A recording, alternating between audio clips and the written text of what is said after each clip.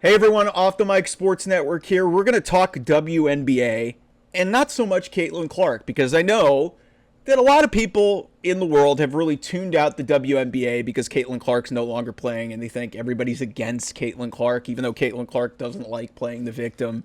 A lot of that drama has been played out, but the reality is, if you haven't been watching the WNBA final, you've really been missing out because this has actually been a really entertaining series between the New York Liberty and the Minnesota Lynx. The Liberty, hard to believe for you WNBA fans who are watching this, the New York Liberty are one win away from winning their first ever WNBA championship. And that would kind of be a cool thing for the city of New York to, claim something that they haven't had. So this was an awesome game between the Liberty and the Lynx. The Lynx jump out to an early 15-point lead early on in the first half. The Liberty, this is neck and neck down the stretch. Tie game at 77 for a large chunk of the last couple minutes of this game. Breanna Stewart was awesome in this game. She's still one of the best players in the WNBA, and it's really a shame that a lot of the attention has gone elsewhere, but it's like I've said in previous videos and why I was glad that, hey, Caitlin Clark's out. You can focus, and maybe some of the, actual people who care about women's basketball, and we can kind of grow the game a little bit. And some of these people who love Caitlin Clark stuck around and watched this series. But this isn't about Breanna Stewart because Sabrina Ionescu won this game for the New York Liberty. Yes, if you look at her stat line, 13.6 assists, 5 rebounds. But Sabrina Ionescu hit a three from almost midcourt, the logo. It's about a 30-foot three-pointer, something that Caitlin Clark has become famous for. And I think people have forgotten what Sabrina Ionescu was 2019-2020 with the Oregon Ducks, because I covered her last season. And had COVID not happened, I think Oregon would have won the championship. Sabrina Ionescu would have gone into the WNBA with a lot more luster and a lot more hype than she already had. She already had a ton of it.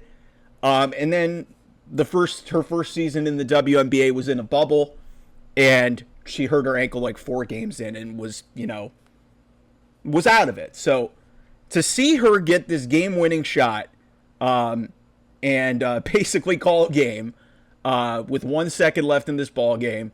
I really hope that this elevates and heightens Sabrina to a new level, because we've already seen her get into a shooting contest with Steph Curry, and that was entertaining in its own right. And for those of you WNBA fans watching this, the reason why that happened was because she went crazy in a 3-point shooting contest in the WNBA in Las Vegas last year. So she's on the doorstep of winning her first ever championship in the WNBA. Breanna Stewart's already won a bunch of them. But what I really want to hammer home here is, and I've said this in other videos related to Caitlin Clark, Sabrina Ionescu was Caitlin Clark before Caitlin Clark. Because this was a nationally known player who averaged 18 points a game in college, 7 assists career in college. She averaged 9 assists in her last season in college. So a lot of the statistics, and yes, she doesn't have the actual scoring level that a Caitlin Clark had, she was averaging close to 30 points.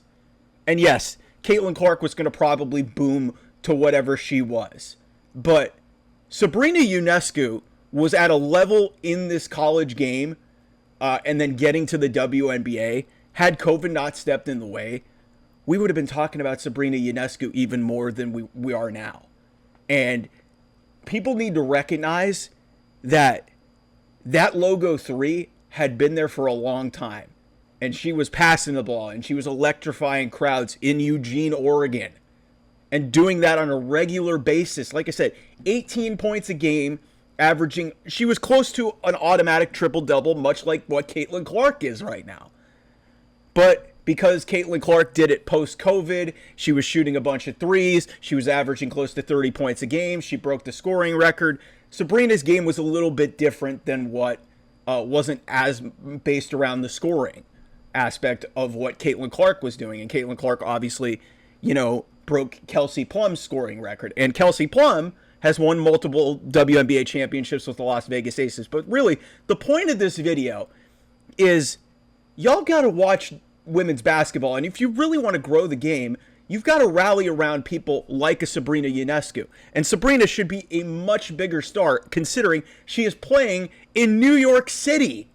Granted, it's Brooklyn, but still, she's playing in New York for the Liberty. But everybody's still focused on Caitlin Clark. And this is not a bash Caitlin Clark video. This is let's uplift women's basketball and understand that there were people before Caitlin Clark that were trying to grow the game. And Sabrina Ionescu was really on the doorstep of doing that with Kelly Graves and Satu Sabli. And like for any of you fans of Oregon who follow Pac-12, who followed Pac-12 hoops, like Oregon women's basketball in 2019-2020 was on the cusp of doing something really special.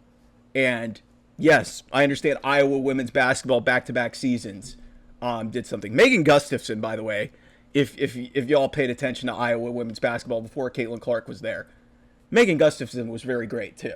So again, there's a lot of great talent in women's basketball outside of, you know, Caitlin Clark, Angel Reese. You've got Breanna Stewart, obviously, in this series. Nafisa Collier is fantastic as well. She was on the U.S. Women's Olympic team. But recognize, we had a Caitlin Clark before Caitlin Clark. She just didn't get the opportunity to shine because of COVID. And her name's Sabrina Ionescu. So that's my thought on that. The Liberty could win their first WNBA championship. Again, hard to believe, given Rebecca Lobo, a great player, now great analyst, played for the New York Liberty, but they have a chance to win their first WNBA championship on Friday. So looking forward to seeing that. We'll have a lot of other great content here. But yeah, talking WNBA, let's uplift the game, man. Let's rally around the Liberty. It'll be really cool to see them win potentially a championship. And hey, if the Lynx come back and force a Game 5, it'll be awesome, and I hope it gets rated really well. Just recognize, guys, it's not all about Caitlin Clark. There's a lot of great players in the WNBA. And if you're not watching the WNBA final, I can kind of understand at some level because there's a lot going on. And that's a WNBA problem that they need to address, that their final is going on right in the middle of the Major League Baseball playoffs and, you know, football seasons in full swing, college and NFL. So that's an issue that they need to address in terms of how they position their season, but that's just sports. So, but yeah, there's a lot of great people, and Sabrina Ionescu is really at the top of the list. So I'm really happy to see her get that moment against the Minnesota Lynx in Game 3 on Wednesday night. So that's it for now. I'll talk to you guys soon. Bye-bye.